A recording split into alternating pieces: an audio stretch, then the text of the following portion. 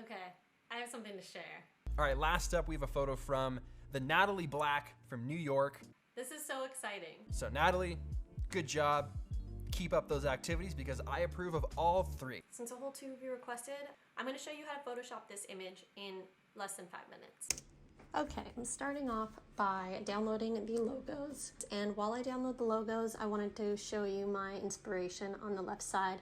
This is by Calop, and he has a bunch of really creative uses of light. So my first step is naming the original file. This is my edit that I submitted and the original. So the first step that I always take is to duplicate my original layer with Command J. Then I'm going to press J for the spot healing tool, and I'm going to take away this pole right here. It doesn't need to be perfect because my next step is to create a new layer. I'm going to call it gradient. And then I'm going to zoom out in order to create this gradient so it doesn't go too far over to my face. Next, I want my face to be glowing red as that's the theme, so I'm using this lasso tool to draw a selection around my face and around my hair. And then making sure that you're selected on the original copy, you're going to want to press Command J. Command J is going to create a new layer of whatever the selection is on your original copy. Next, I'm going to go into the Camera Raw filter just for the selection over my face. I'm going to adjust some of the colors in HSL just to make sure all of the colors that are present are leaning towards red. So I'm going to make sure that the oranges are red, that the pinks are leaning towards red. And then once I left, I saw that it wasn't quite orange enough, so I increased the yellows and then went back into HSL and then moved everything back over to red. Go into the Camera Raw filter again with Command-Shift-A. I'm going to remove some of the highlights because I don't want them to overpower the photo and I want to maintain the red. So I'm adding in all of my logos. I'm creating folders for all of my logos just to keep the project really organized. That's really key to making sure that this goes smoothly. So I'm going to work on the like first. First, I'm removing the 1 on the like because my point with this photo, I didn't really want to convey the amount of likes I was getting or what I was thinking about. I wanted to showcase that likes were part of Instagram. So first step, I'm going to take this lasso tool, the polygonal lasso tool, and I'm going to create a new layer. I'm going to create the 3D background.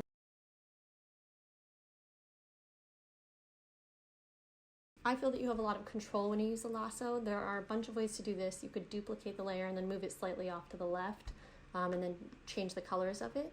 I'm choosing to use the lasso just for extra control.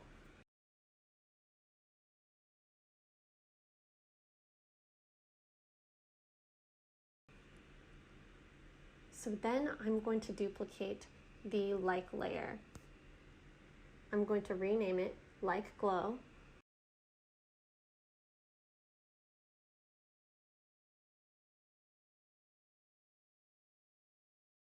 Move that below the like layer.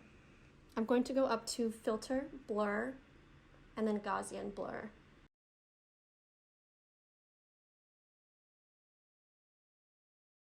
And this is going to be for the like glow layer. I'm going to, since I moved it underneath the like, you're going to see that it shows off a little bit of glow. So I tend to choose a more mild Gaussian blur, 34, 29. So around 29, it's going to be based on your image, but you can always change the opacity if you want it to be a little bit lighter, and you can duplicate it with Command J if you would like it to be a little bit of a stronger glow. And then I'm just combining layers here. I'm going to go in and zoom into my like with the selection tool, W. I'm going to select the white heart and Command J to create its own layer. And then I'm going to add another Gaussian blur onto that like so that it seems like it's glowing. So the next step is creating a new layer. Now I really want to make sure that it has like an extra glow coming off of it. So I'll press B, go into my brush. I like the soft round brush up here at the top for this technique.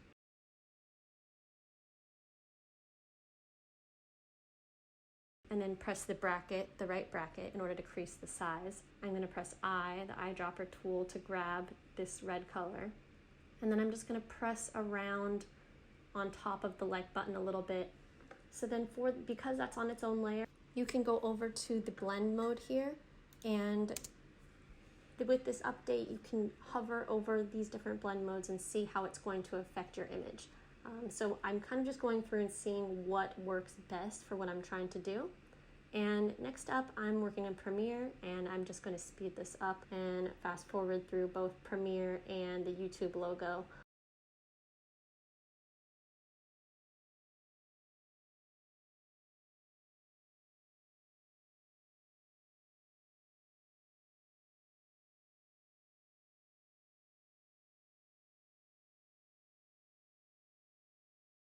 Okay, next up, I want there to be little dots.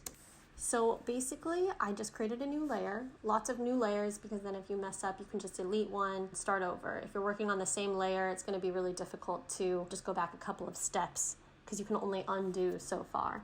So to create these little dots, go in with a pretty soft brush. I'm going in with opacity 10 and making it as small as it can be. And you can click a couple of times if you want the dot to be darker, or you can click and make a larger, softer dot, and then make the brush smaller, and then create a darker dot in the middle. And I think that this varied effect, it just kind of makes it look magical. It's kind of like Navi in Zelda.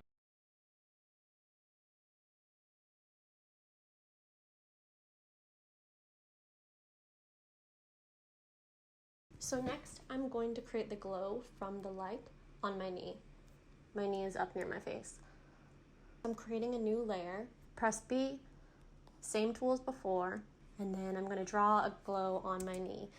And then I'm going to create a few more layers, and I'm going to go through various stages of blending modes. So I'm going to use a lighter color because I want there to be a little bit more of like a white glow tone. It needs to be red, but I want it to be bright, so I'm adding the white in there.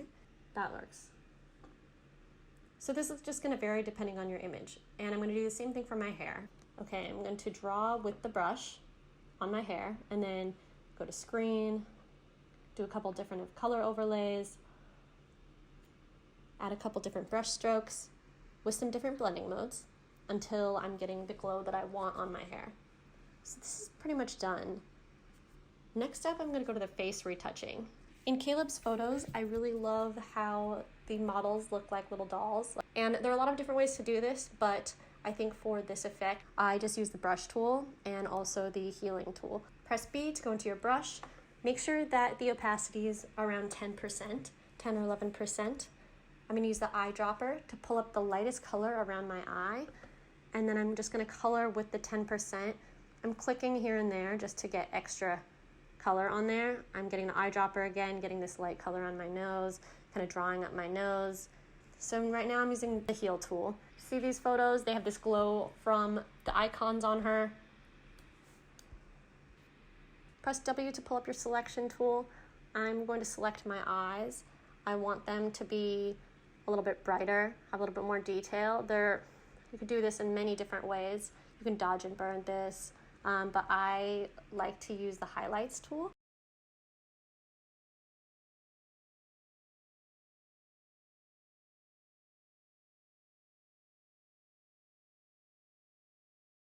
I'm also going to go in with dodge and just brighten up the cheek area.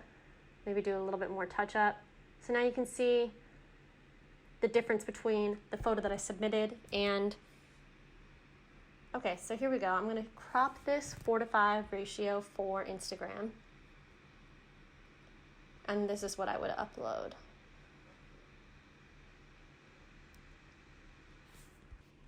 So here is the side-by-side comparison of the first edit that I submitted and the second edit. You can see that they turned out really different. So if you're inspired by someone's work, you are really going to come up with different results every time. Hopefully that was helpful if you're a photographer, and if you're just bored at home, hopefully that was entertaining.